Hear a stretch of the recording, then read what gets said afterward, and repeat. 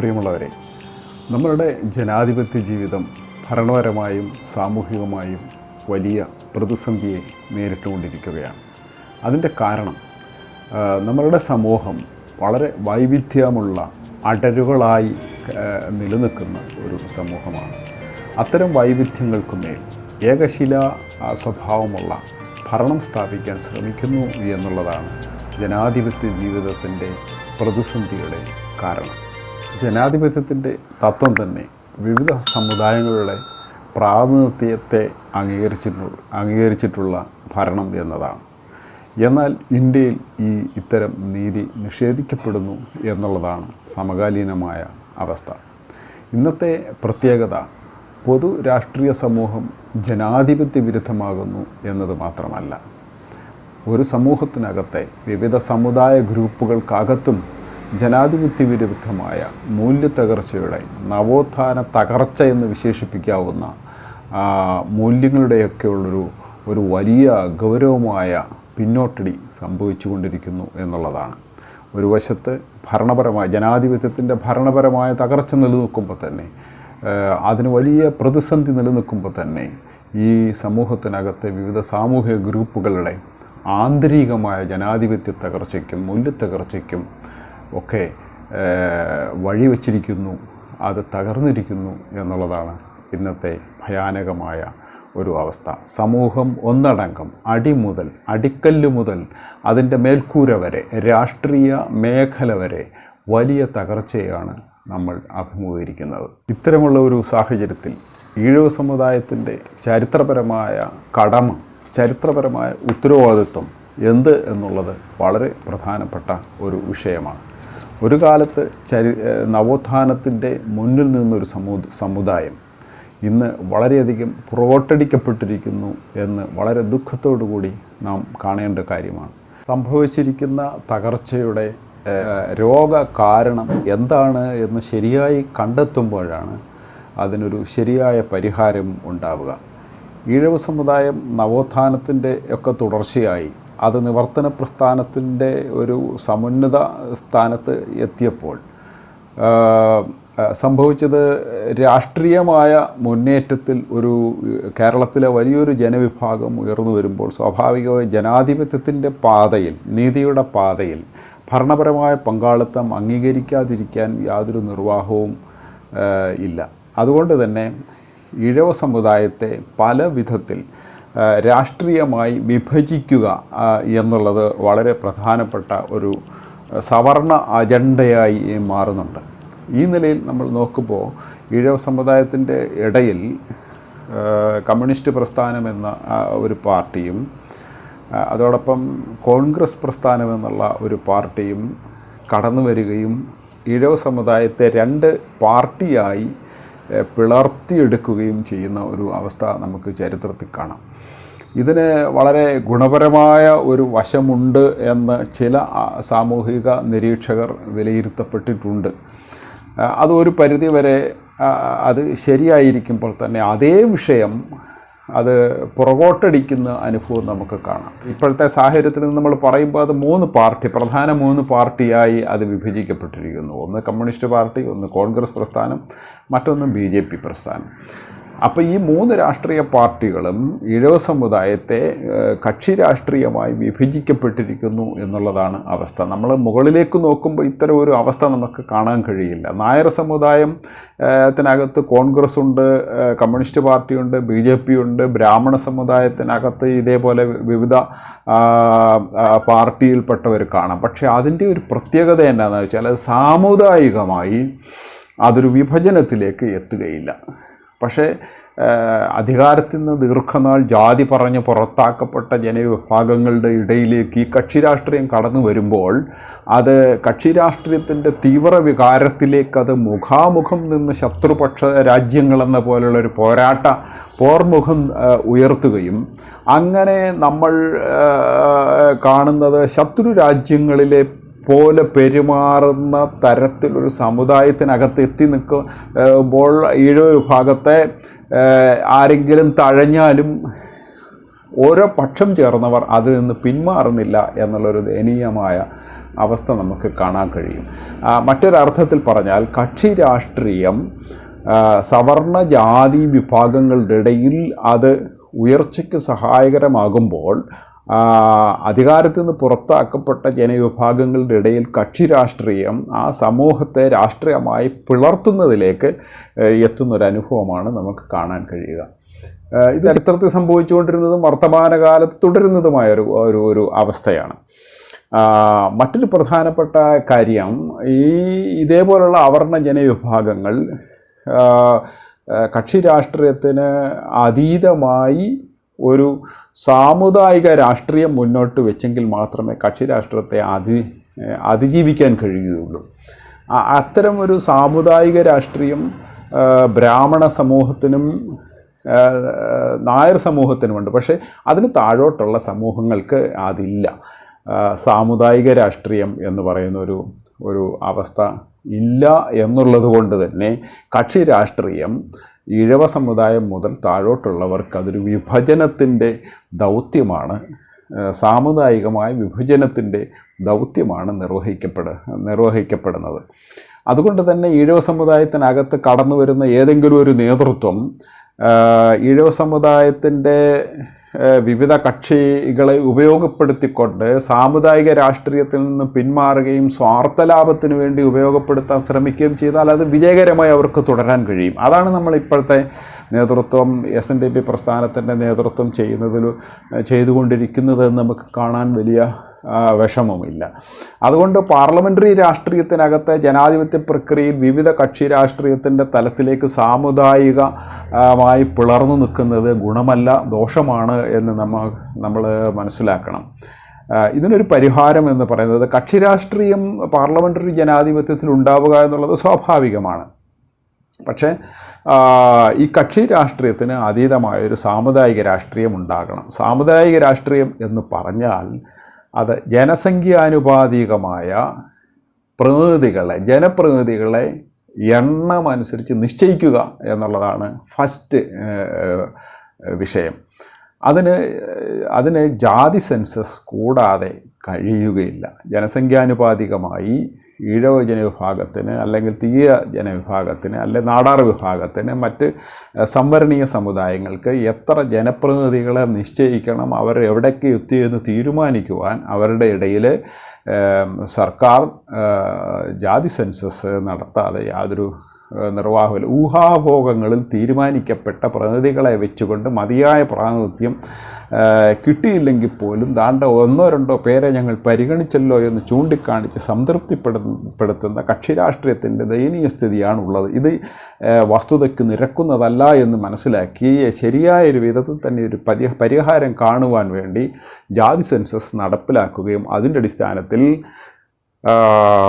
ഏതൊക്കെ കക്ഷിയിലാണെങ്കിൽ പോലും സാമുദായികമായ ജനസംഖ്യയുടെ അടിസ്ഥാനത്തിൽ ഇത്ര പ്രതിനിധികളെ വെച്ച് തിരഞ്ഞെടുക്കേണ്ട അർഹതപ്പെട്ട പൊസിഷനുണ്ട് എന്ന് മനസ്സിലാക്കിക്കൊണ്ട് നിശ്ചയിക്കപ്പെടുന്ന ഒരു കാര്യം ഉണ്ടാവുക എന്നുള്ളതാണ് സാമുദായിക രാഷ്ട്രീയത്തിൻ്റെ ഒരു പ്രധാനപ്പെട്ട ഒരു കാര്യം. അതിന് ജാതി സെൻസസ് കൂടിയേ കഴിയൂ. അതുകൊണ്ട് ഈഴവ സമുദായം അതിൻ്റെ ജനാധിപത്യ പ്രതിസന്ധിയെ മറികടക്കുവാൻ ഒന്നാമതായി കരുതേണ്ടുന്ന വിഷയം ജാതി സെൻസസ് എന്ന വിഷയം തന്നെയാണ്.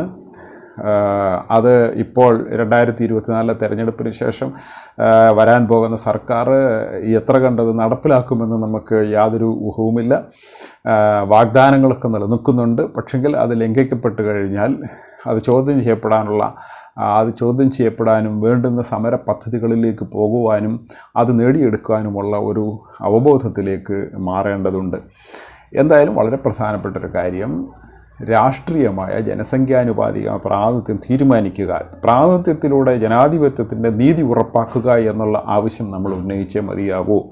അതുകൊണ്ട് ഈഴവ ജനവിഭാഗം, അവർണ ജനവിഭാഗം അവരുടെ പ്രാതിനിധ്യത്തിലൂടെയുള്ള ഒരു രാഷ്ട്രീയം ഉയർത്തിപ്പിടിക്കുക എന്നുള്ളതാണ് ഒന്നാമത്തെ കാര്യം. പക്ഷേ ഇതിന് തടസ്സമായി നിൽക്കുന്ന ഓരോ സമുദായത്തിനകത്തെയും തടസ്സമായി നിൽക്കുന്ന ഘടകങ്ങൾ എന്ത് എന്നുള്ളത് വളരെ പ്രധാനപ്പെട്ട കാര്യമാണ്. അതിൽ ഈഴവ സമുദായത്തിൻ്റെ തടസ്സമായി നിൽക്കുന്ന ഒരു ഘടകം എന്ന് പറയുന്നത് ഈഴവ സമുദായത്തെ വോട്ട് ബാങ്കായി കാണുന്ന ഒരു മനോഭാവം വലിയ തടസ്സമായി നിലനിൽക്കുന്നുണ്ട് എന്ന് നമ്മൾ കാണണം.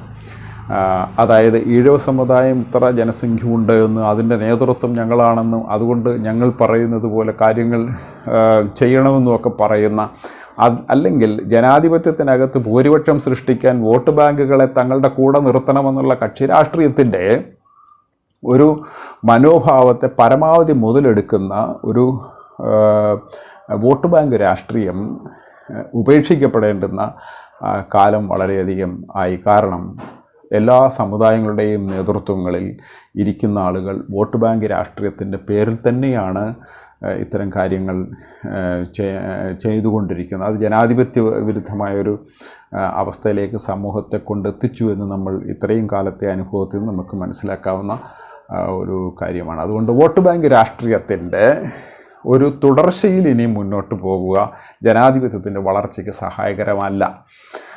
നമ്മൾ സാധാരണ കേൾക്കുന്നൊരു കാര്യമാണ് രാജ്യത്തിൻ്റെ വിഭവത്തിൽ എല്ലാ വിഭാഗങ്ങൾക്കും തുല്യ അധികാരം വേണമെന്നുള്ളത്. അതുകൊണ്ട് വിഭവാധികാരം എന്ന ഒരു തത്വം തന്നെ ആളുകൾ ഉന്നയിക്കുന്നുണ്ട്.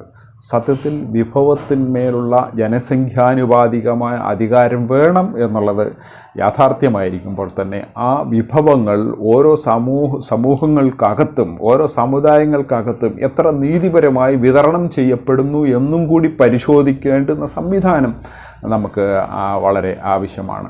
ഈ അർത്ഥത്തിൽ നമ്മൾ നോക്കുമ്പോൾ സാമുദായികമായ വിഭവാധികാരത്തിൻ്റെ രാഷ്ട്രീയം, മതിയായ ജനപ്രാതിനിധ്യം അംഗീകരിച്ചുകൊണ്ടുള്ള സാമുദായിക രാഷ്ട്രീയം അംഗീകരിക്കുമ്പോൾ തന്നെ ഓരോ സമുദായത്തിനകത്ത് വിഭവങ്ങളെ പരിശോധിക്കാനും തിരഞ്ഞെടുക്കപ്പെട്ട തങ്ങളുടെ പ്രതിനിധികൾ എത്രത്തോളം തങ്ങളോട് നീതി കാണിച്ചു എന്നും വിലയിരുത്തപ്പെടുന്ന ഒരു സാമുദായിക പ്രതിപക്ഷബോധം കൂടി ഉയർത്തിക്കൊണ്ടുവരിക എന്നുള്ളതാണ് ഇന്നത്തെ ജനാധിപത്യത്തിൻ്റെ, സാമുദായിക ജനാധിപത്യത്തിൻ്റെ ഇനിയും വരാൻ പോകുന്ന കാലഘട്ടത്തിലെ ഒരു പ്രധാനപ്പെട്ട നീക്കമായി നമ്മൾ കാണേണ്ടത്. അങ്ങനെ നോക്കുമ്പോൾ ഈഴവ സമുദായത്തിനകത്ത് ജനപ്രതിനിധികളെ നമ്മൾ വിഭവാധികാര രാഷ്ട്രീയത്തിൻ്റെ അടിസ്ഥാനത്തിൽ അവരെ മോണിറ്റർ ചെയ്യാനുള്ള സാമുദായിക പ്രതിപക്ഷത്തിൻ്റെ അഥവാ പൗരബോധത്തിൻ്റെ തലത്തിലേക്ക് അത് വികസിച്ചു വരുന്ന ഒരു സമൂഹം, ഒരു ബോധ ഉദയം, ഒരു സാമൂഹിക ജനാധിപത്യത്തിൻ്റെ ഒരു ബോധ ഉദയം വളരെ അത്യാവശ്യമായും ഉണ്ടാകേണ്ടതാണ്. അങ്ങനെ ജനാധിപത്യത്തിൻ്റെ പ്രാതിനിധ്യ അവകാശത്തെ മുന്നോട്ട് വെക്കുമ്പോൾ തന്നെ ഉള്ളിലെ നീതിയുടെ പ്രശ്നങ്ങളും വിഭവങ്ങളും അധികാരങ്ങളും അവസരങ്ങളും സാധ്യതകളും നിപുണികൾ വികസിപ്പിക്കുവാനുള്ള അവരുടെ ചെയ്തികളെയൊക്കെ തന്നെ മോണിറ്റർ ചെയ്യാനുള്ള ആന്തരികമായ സംവിധാനങ്ങളും ഉയർന്നു വരേണ്ടുന്ന ആവശ്യമാണ്. അതിനെ ഞങ്ങൾ സാമുദായിക പ്രതിപക്ഷം എന്നാണ് വിളിക്കുക. പ്രതിപക്ഷം വേണം എന്നുള്ളത് ജനാധിപത്യത്തിലെ വളരെ അടിയന്തരമായ പ്രാധാന്യമുള്ളൊരു കാര്യം തന്നെയാണ്. ഭരണപക്ഷം എന്ത് വൃത്തികേടുകൾ കാണിച്ചാലും ചോദ്യം ചെയ്യാനും ഭരണപക്ഷത്തിൻ്റെ തെറ്റുകൾ ചൂണ്ടിക്കാണിച്ച് തെറ്റുകൾ തിരുത്തിയ ഭരണത്തെ കൂടുതൽ മേന്മയുള്ളതാക്കി മാറ്റി തീർക്കുവാൻ പ്രതിപക്ഷം വളരെ അത്യാവശ്യമാണ്.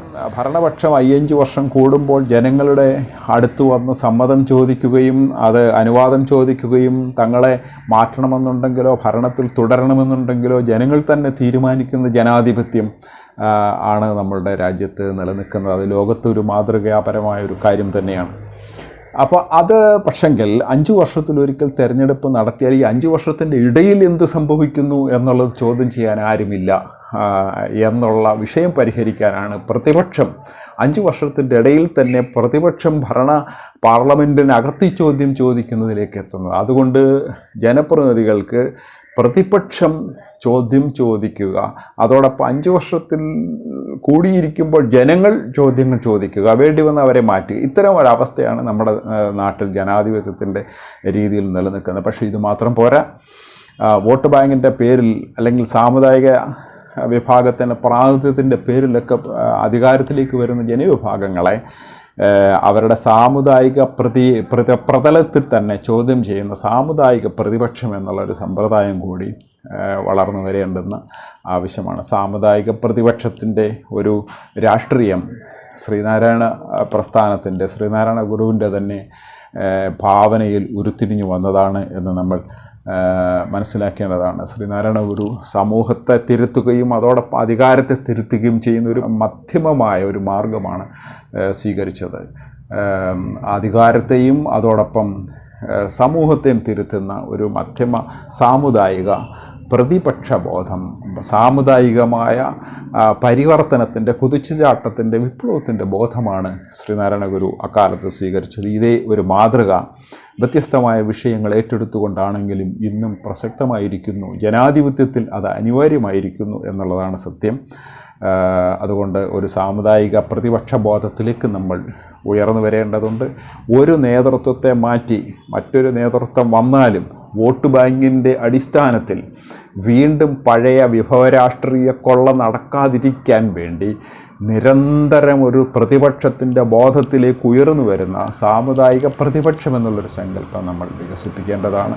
ഇത്തരം ഒരു അവബോധത്തിലേക്ക്, അഥവാ പൗരബോധത്തിൻ്റെയും സിവിൽ സമൂഹ ബോധത്തിൻ്റെയും തലത്തിലേക്ക് നമ്മൾ ഉയരേണ്ടതാണ്. ഈ നിലയിൽ ആണ് ജനാധിപത്യത്തെ ഇനിയും നമുക്ക് തിരുത്താനുള്ളൊരു അവസരം ഉരുത്തിരിഞ്ഞു വരിക. അത് ഇനിയും കക്ഷി രാഷ്ട്രീയത്തിൻ്റെ ഓരോ പാർട്ടികൾക്കകത്ത് നിന്ന് ഒരു ശരിയായ വിമർശനത്തിൻ്റെയും തിരുത്തലിൻ്റെയും ശക്തി ഉയർന്നു വരും എന്ന് നമുക്ക് പ്രതീക്ഷിക്കാൻ പറ്റാത്ത വിധം പാർട്ടികളൊക്കെ തന്നെ വളരെ പിന്തിരിപ്പൻ ജനവിരുദ്ധമായിക്കൊണ്ടിരിക്കുന്നു എന്ന് നമ്മൾ കാണണം. പാർട്ടിക്കകത്ത് വിമർശിച്ചു കഴിഞ്ഞാൽ ശത്രു രാജ്യത്തെ പോലെ പെരുമാറി അവനെ ഒതുക്കുന്ന ഒരവസ്ഥ നിലനിൽക്കുന്നത് കൊണ്ട് പാർട്ടിക്കകത്ത് തിരുത്തലിൻ്റെ സാധ്യത വളരെ തുല്യം കുറവാണ്. അതുപോലെ തന്നെയാണ് സമുദായത്തിനകത്ത് തിരുത്തൽ ശക്തികൾ എന്നുള്ളത്. അപ്പം ജാതി, മതം, പാർട്ടി എന്നുള്ളതിനകത്തൊക്കെ നിന്ന് തിരുത്തലുകളുടെ സാധ്യതകൾ വളരെ കുറവായിരിക്കുന്നു. ഈ കാലഘട്ടത്തിൽ പുതിയ മൂല്യബോധത്തിലേക്ക്, പുതിയ സാമൂഹിക ഭാവനയിലേക്ക്, പൗരബോധത്തിൻ്റെയും സിവിൽ സമൂഹത്തിൻ്റെയും സാമൂഹിക പ്രതിപക്ഷം എന്നുള്ള ഒരു പുതിയ ജനാധിപത്യ ഭാവനയിലേക്ക് നമ്മൾ വളർന്നു വരേണ്ടുന്ന കാലം വളരെ അടുത്തു വന്നിരിക്കുന്നു. ജനാധിപത്യത്തിൻ്റെ അധപ്പതനത്തെ മറികടക്കാൻ, അതിജീവിക്കാൻ ഇത്തരം ഒരു ഭാവന നമുക്കുണ്ടായേ മതിയാകൂ. അപ്പോൾ അതിലേക്ക് എല്ലാവരുടെയും ശ്രദ്ധയും ചിന്തയും ഉണ്ടാവണം എന്നാണ് ഞാൻ ആഗ്രഹിക്കുന്നത്.